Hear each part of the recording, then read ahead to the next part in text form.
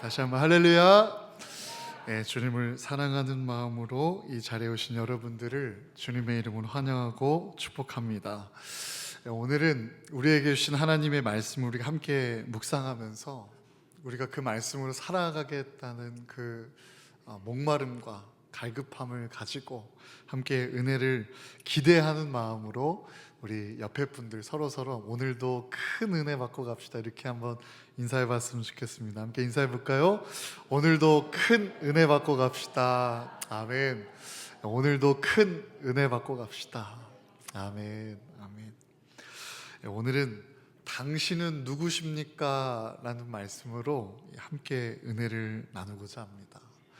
이 당신은 누구십니까? 라는 이 질문을 생각해 보면 하나님을 향한 우리 교회의 질문이 될 수도 있고, 또 우리 스스로를 향한 질문일 수도 있고, 또 세상을 향한 우리의 질문이 될 수도 있는데요, 오늘은 하나님을 향한 질문이 아닌 교회된 우리를 향해 묻는 이 질문으로서 함께 말씀을 통하여 묵상하고자 합니다.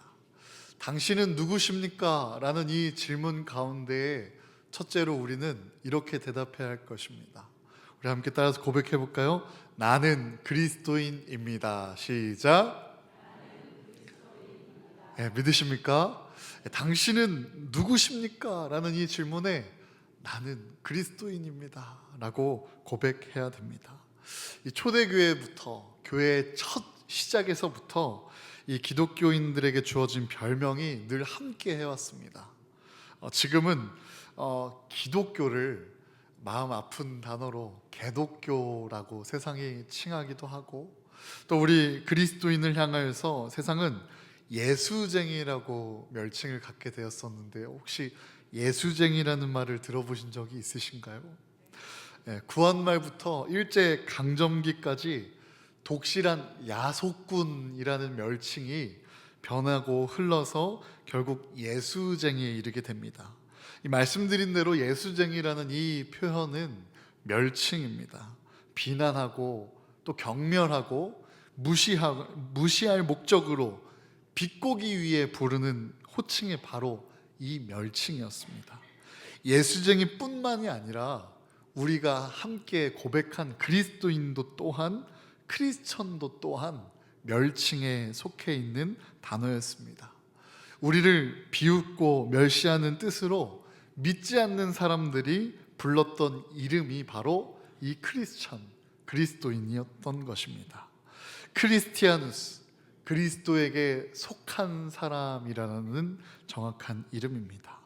그리스도에게 속한 사람들의 역사는요, 그리고 그 기독교의 역사를 돌아보면요, 언제나 그 가운데에 미움이 함께 했습니다. 마태복음 10장 22절 말씀입니다. 또 너희가 내 이름으로 말미암아 모든 사람에게 미움을 받을 것이나 끝까지 견디는 자는 구원을 얻으리라. 아멘. 마태복음 24장 9절 말씀입니다. 그때에 사람들이 너희를 환난에 넘겨주겠으며 너희를 죽이리니 너희가 내 이름 때문에 모든 민족에게 미움을 받으리라. 아멘. 싸움은 반드시 갈라지게 되었고, 미움은 이 싸움을 이뤄내게 됩니다. 작은 다툼에서부터 내분, 분쟁, 전쟁에 이르기까지 반드시 이 양극화 현상이 일어나게 되는데, 이 양극화, 폴러라이제이션이라는 이 뜻은 사회학적 용어로, 해석학적인 용어로 굉장히 복잡하고 긴 내용들이 담겨 있는 단어이지만, 긴 내용을 요약해 보면 그 양단의 요소들 가운데 중간이 사라지고 서로 다른 그 각 요소가 더욱더 양쪽 끝으로 멀어지게 됨을 가리키게 됩니다. 경제적인 양극화, 교육의 양극화, 지역적인 양극화, 현대사회는 많은 양극화들이 동시다발적으로 시작되고 발생되어지는 사회입니다. 특히나 이 양극화는 중간층을 없애고 또 중간층들이 양극화, 양극으로서 흘러가고 또 더 나뉘어지기 때문에 어떠한 문제를 마주할 때, 직면할 때 그 충격을 더욱더 크게 받게 됩니다. 교회의 양극화, 성도의 양극화를 한번 생각해 본다면 세대 간의 갈등이 있는 그 시대 속에 변화를 싫어하는 기득권층과 빠른 변화와 도전을 이루고 싶어하는 청년들과 청장년들의 세대가, 다음 세대가, 젊은 세대가 함께 나뉘게 되고 더 갈리게 되어서 이 교회는 중간층의 청년과 청장년의 성도들이 없어지고 빈약해진 한국교회의 모습이 바로 이 양극화의 모습 중 하나이기도 합니다.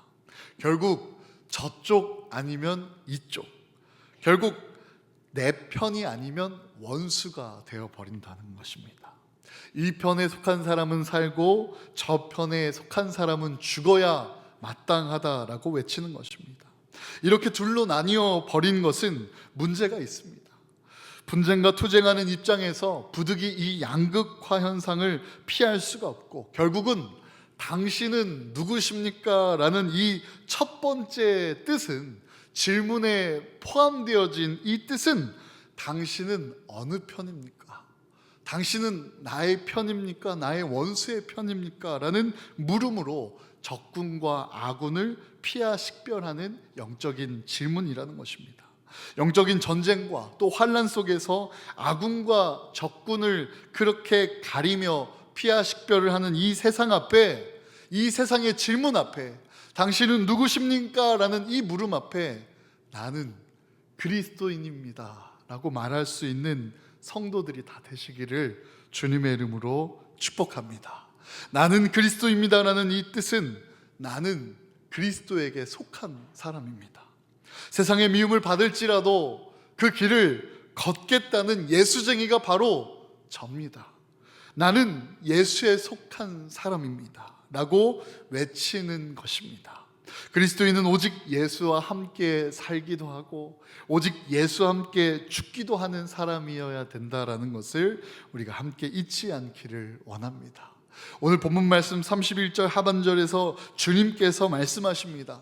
지금 인자가 영광을 받았고 하나님도 인자로 말미암아 영광을 받으셨도다. 32절 만일 하나님이 그로 말미암아 영광을 받으셨으면 하나님도 자기로 말미암아 그에게 영광을 주시리니 곧 주시리라 라는 말씀이 기록되어 있습니다.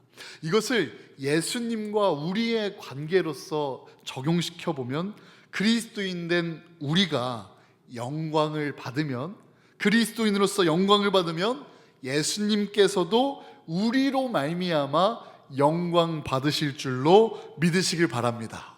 예수님께서 그로 말미암아 영광을 받으셨다면 예수님도 자기로 말미암아 우리에게 영광 주심을 믿으시길 바랍니다. 그리스도인 된 우리의 영광이 결국 주님의 영광이 되고 주님의 영광이 우리의 영광입니다. 믿으십니까? 이 그리스도의 정체성을 깨닫는 교회가 되기를 주님의 이름으로 축복합니다. 제가 이 찬양 영상을 좀 보다가 좀 충격적인 영상을 보게 되었는데요. 어떠한 영상이었냐면 새벽 기도에 다음 세대 중학생, 고등학생들이, 중고등부 학생들이 함께 모여서 하나님께 특송을 올려드리는데 그 찬양의 제목이 나는야 예수쟁이라는 찬양입니다. 그런데 이 새벽에 일어나기도 힘든 그 시간에 다음 세대 아이들이 나와서 하나님 앞에 그리고 성도들 앞에 그리스도인 된 자신들의 정체성을 그렇게 찬양으로 고백하는데 그 모습이 참으로 아름답고 참으로 많은 도전이 되더라고요. 그래서 제가 그 영상을 좀 준비해 봤는데 한번 틀어봐 주실 수 있으신가요?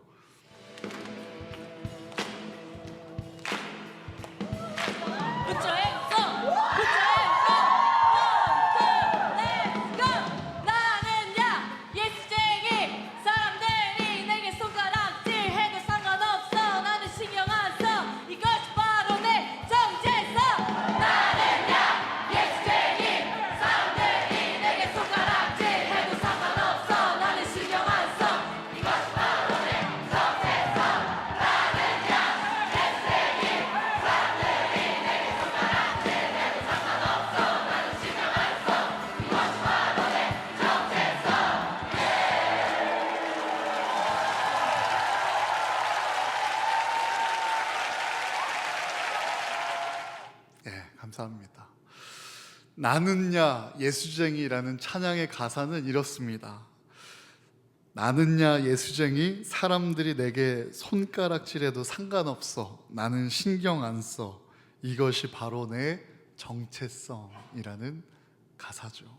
사랑하는 성도 여러분, 당신은 누구십니까? 라는 이 질문 앞에, 영적인 전쟁 앞에, 피하 식별을 해가는 세상 앞에 나는야 예수쟁이, 나는 그리스도인입니다 라고 흔들림 없는 눈빛으로 고백할 수 있는 삶과 그 고백이 우리에게 시작되시기를 주님의 이름으로 축복합니다. 할렐루야. 두 번째로는요, 당신은 누구십니까? 라는 이 질문 앞에 우리가 나는 그리스도인입니다 라는 고백을 시작했더라면 그 고백은 이은 고백으로 두 번째 고백이 이어질 수밖에 없는데, 그 고백은 바로, 한번 따라서 고백해 봅시다. 나는 성도입니다. 시작. 믿으십니까? 당신은 누구십니까? 라는 그 질문 앞에 나는 그리스도인입니다 라는 그 고백이 이어서 나는 성도입니다 라는 고백으로 이어지게 된다라는 것입니다. 왜냐하면 우리는 그리스도인이면서 그와 동시에 주의 성도이기 때문입니다. 이것은 거룩한 무리를 뜻하는 단어가 바로 이 성도입니다. 특별히 초대교회, 그 당시에 로마 정치하에 있을 때 로마 사회가 도덕적으로 타락한 그리고 문란한 문화들이 너무나 평범하게 퍼져가고 아무렇지 않아질 때, 더욱더 악이 악을 낳아가고 문란했던 것들이 더욱더 문란하게 되어서 계속 끝없는 그 죄악 가운데 빠져가는 이 세상 속에 예수님께 속한 그의 제자들, 그의 자녀들이, 하나님을, 예수 그리스도를 자신의 주인이라 고백하는 그리스도인들답게 깨끗하게, 진실되게, 거짓 없이, 미워하지 않고 사랑으로 구별되어진, 말씀으로 성별되어진 그 거룩한 사람들이라고 그렇게 느껴지고 보았기에 그들을 구별되어져서 깨끗한 사람들이라는 뜻에서 성도라고 불렀습니다. 구별되어져 가서 깨끗한 삶을 살아가는 그 이름, 성도, 그것이 바로 우리에게 붙어진, 우리 그리스도인들에게 붙어진 또 다른 이름임을 우리가 함께 알기를 원합니다. 그리고 마지막으로 당신은 누구십니까? 라는 이 질문에 우리는 이렇게 고백해야 할 것입니다. 한번 따라서 마지막으로 선포해 봅시다. 나는 제자입니다. 시작. 믿으십니까? 우리는 제자입니다. 마지막으로 제일 흔하게 부르고 자타가 부르는 이름, 예수 그리스도께 속해 있는 사람들을 일컫는 이름이 바로 이 제자라는 이름입니다. 지금 우리는 성도라고 부르는 것이 더욱 익숙하지만 초대교회에서는 예수의 제자라고 불렀습니다.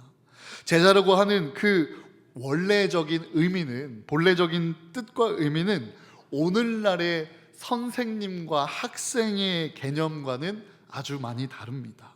랍비와 제자와의 관계, 그 당시에 선생님을 원어 랍비라고 하는데요, 이 랍비와 제자와의 관계는 오늘날의 선생님과 학생과의 관계와는 전혀 다르다라는 것입니다. 오늘날은 마치 예를 들어서 학생이 피아노를 배우려고 등록한다면 피아노만 배우면 그만입니다. 선생님의 성품이나 가정생활이나 또는 그 분의 음악성이나 그 분의 음악이 지향하는 비전과 철학을 배우는 것이 아니라 그 피아노 학원을 등록하여서 피아노 학원 레슨 시간에 피아노 교재를 가지고 선생님께 배우는 것이 지금 우리가 익히 알고 생각하는 선생과 학생과의 관계입니다. 그러나 랍비와 제자와의 관계에는 따로 교재가 없고 그 랍비의 무엇을 배우는 것이 아니라 랍비의 삶 전체를 보고 듣고 닮아가고 그 삶 전체를 배워가는 것이 랍비와 제자와의 관계라는 것입니다. 랍비의 인격, 랍비의 성품, 랍비의 지식, 랍비의 신앙 등 전체적인 삶을 본받고 닮아가는 것입니다. 이런 의미에서 배우고 따르고 순종하고 그 편에서 신뢰하고 습득하고 닮아가는 것이 곧 제자라는 말입니다.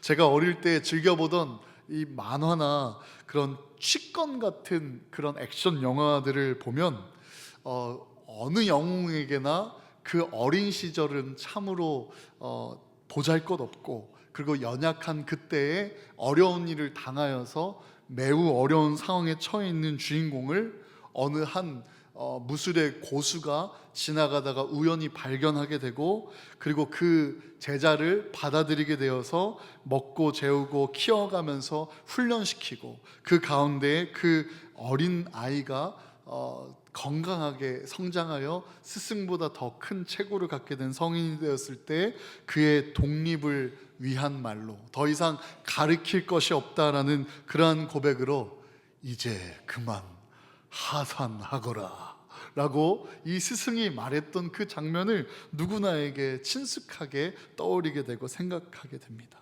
스승의 모진 말에 눈물을 머금고 하산하는 제자의 모습을 기억하게 됩니다. 이것이 랍비와 제자, 원래 스승과 제자의 관계이지만 우리의 예수 그리스도는 다릅니다. 예수님은 우리를 평생의 제자로 삼아주셨기 때문입니다. 믿으십니까? 예수님은 우리를 평생토록 제자 삼아주시고 함께해 주십니다. 그리고 우리는 영원한 주님의 제자로 부름받았습니다.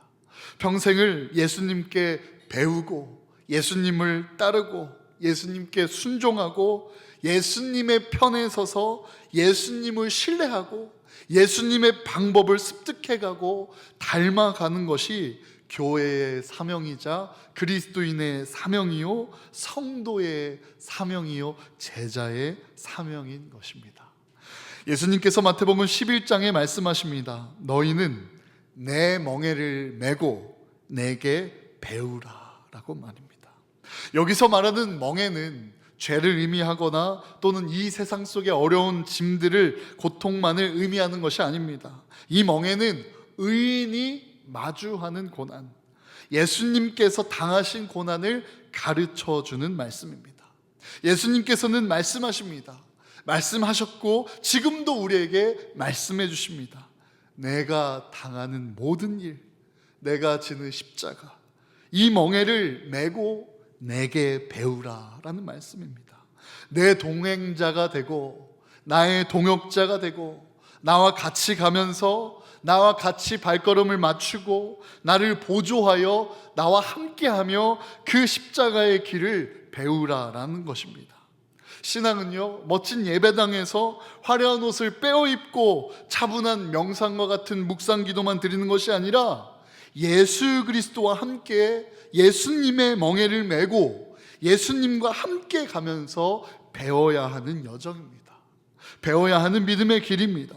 그러므로 예수 그리스도를 믿는다라는 것은, 예수님께 속해 있는 삶이라는 것은 예수님과 함께 가면서 예수님을 따라가면서 예수님을 바라보면서 예수님을 본받아가면서 예수님을 배우는 것을 의미합니다. 결국 당신은 누구십니까? 라는 이 질문의 대답은 마치 꼭 예수님을 닮은 우리의 삶이 대변해야 하는 대답이라는 것입니다. 예수님에게 속한 인생, 예수님처럼 살아가는 그 거룩하고 깨끗한 삶, 예수님과 함께 가며 따르고 본받고 예수님을 배우고 닮아가는 삶. 사도 바울을 보십시오. 그는 예수님의 제자됨을 구체적으로 빌립보서 3장과 4장의 말씀을 통하여 우리에게 권면하고 가르쳐주고 있는데, 빌립보서 3장 8절에서 9절 말씀 제가 읽겠습니다.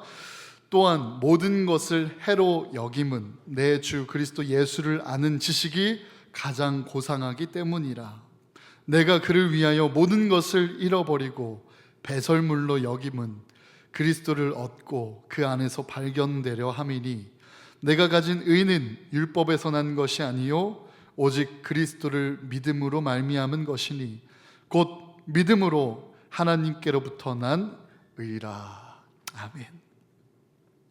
사도 바울의 고백은 무엇입니까? 예수를 아는 것, 예수를 알미 가장 귀하다라는 믿음의 고백입니다.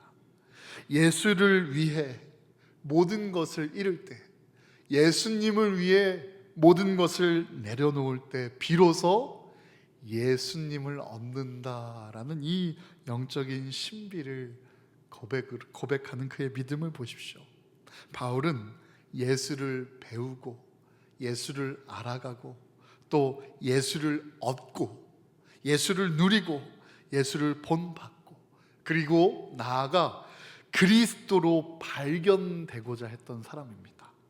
내가 나를 보아도 그리스도를 보게 되고 남이 나를 보아도 그리스도를 발견되도록 그렇게까지 본받으렸던 사도 바울이었습니다. 다시 또 말하기를 그리스도처럼 죽어서 그 부활에 이르려 한다고까지 고백합니다. 그래서 그는 사는 것도 그리스도를 위해 살고 죽는 것도 유익함으로 살고 죽는 것이 전혀 문제되지 않았습니다. 그리스도를 알고 또 그리스도로서 발견되어지는 것이 그가 살아가는 생명의 그 삶의 유일한 목표였습니다. 그러므로 예수님의 참된 제자임을 이 세상이 그 누구나가 알 수 있게 된 것입니다. 오늘 본문을 보면 이 예수쟁이, 성도, 그리고 제자됨을 알 수밖에 없는 유일한 사인을 우리에게 가르쳐 주십니다. 34절과 35절 말씀, 우리 함께 제자된 유일한 사인에 대한 말씀을 우리 함께 천천히 봉독하겠습니다. 시작. 새 계명을 너희에게 주노니 서로 사랑하라. 내가 너희를 사랑한 것 같이 너희도 서로 사랑하라. 너희가 서로 사랑하면 이로써 모든 사람이 너희가 내 제자인 줄 알리라. 아멘. 그 유일한 사인은 무엇입니까? 바로 사랑입니다. 이 사랑은요, 또 다른 사랑을 나아가는 힘이 있습니다. 또 사랑은요, 변화시키는 능력도 있고, 사랑은 이 사랑하고자 하는 사람을 진정으로 사랑했을 때 그 사람이 또 다른 이들을 사랑해가며 사랑이 흘러가는 이 운동력이 있습니다. 또 사랑의 바보가 되고, 사랑의 바보는 어떠한 고난도 또 힘듦도 이겨내는 능력을 만들게 됩니다. 제가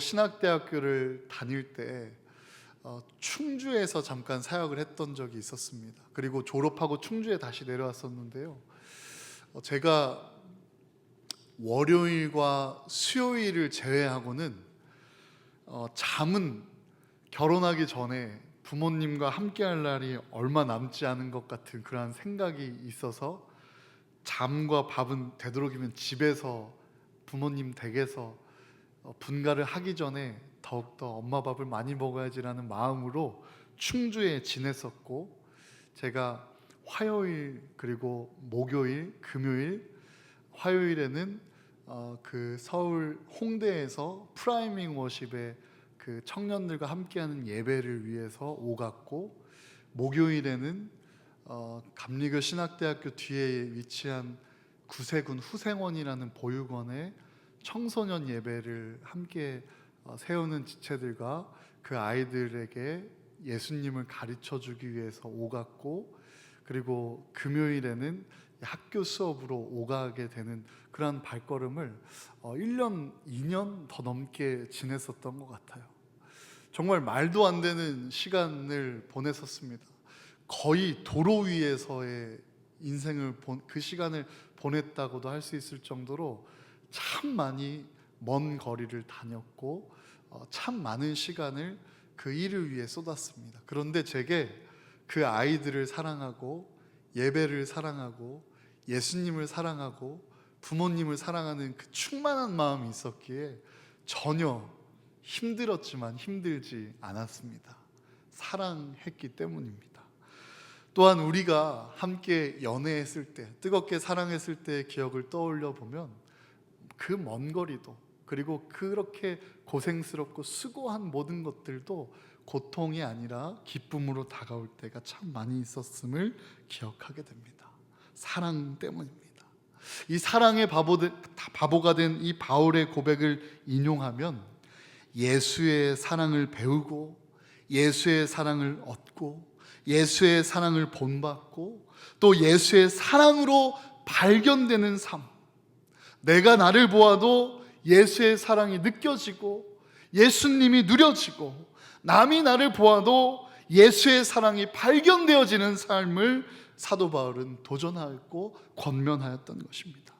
예수님처럼 사랑을 위하여 죽기까지 하면서 예수님처럼 부활 후에 하나님과 영원한 그 사랑의 날들을 함께 살아가는 삶, 사는 목적도 예수 그리스도를 사랑하기 위함이요, 죽는 그 이유도 예수님의 사랑을 위함이요, 예수의 사랑을 알고 예수의 사랑을 얻고 예수의 사랑으로 발견되어지는 이 생의 목표가 주의 자녀로 부름받아 함께 이 자리에 모여서 예수님의 사랑을 알아가는 저와 여러분들의 목표가 되기를 주님의 이름으로 축원합니다.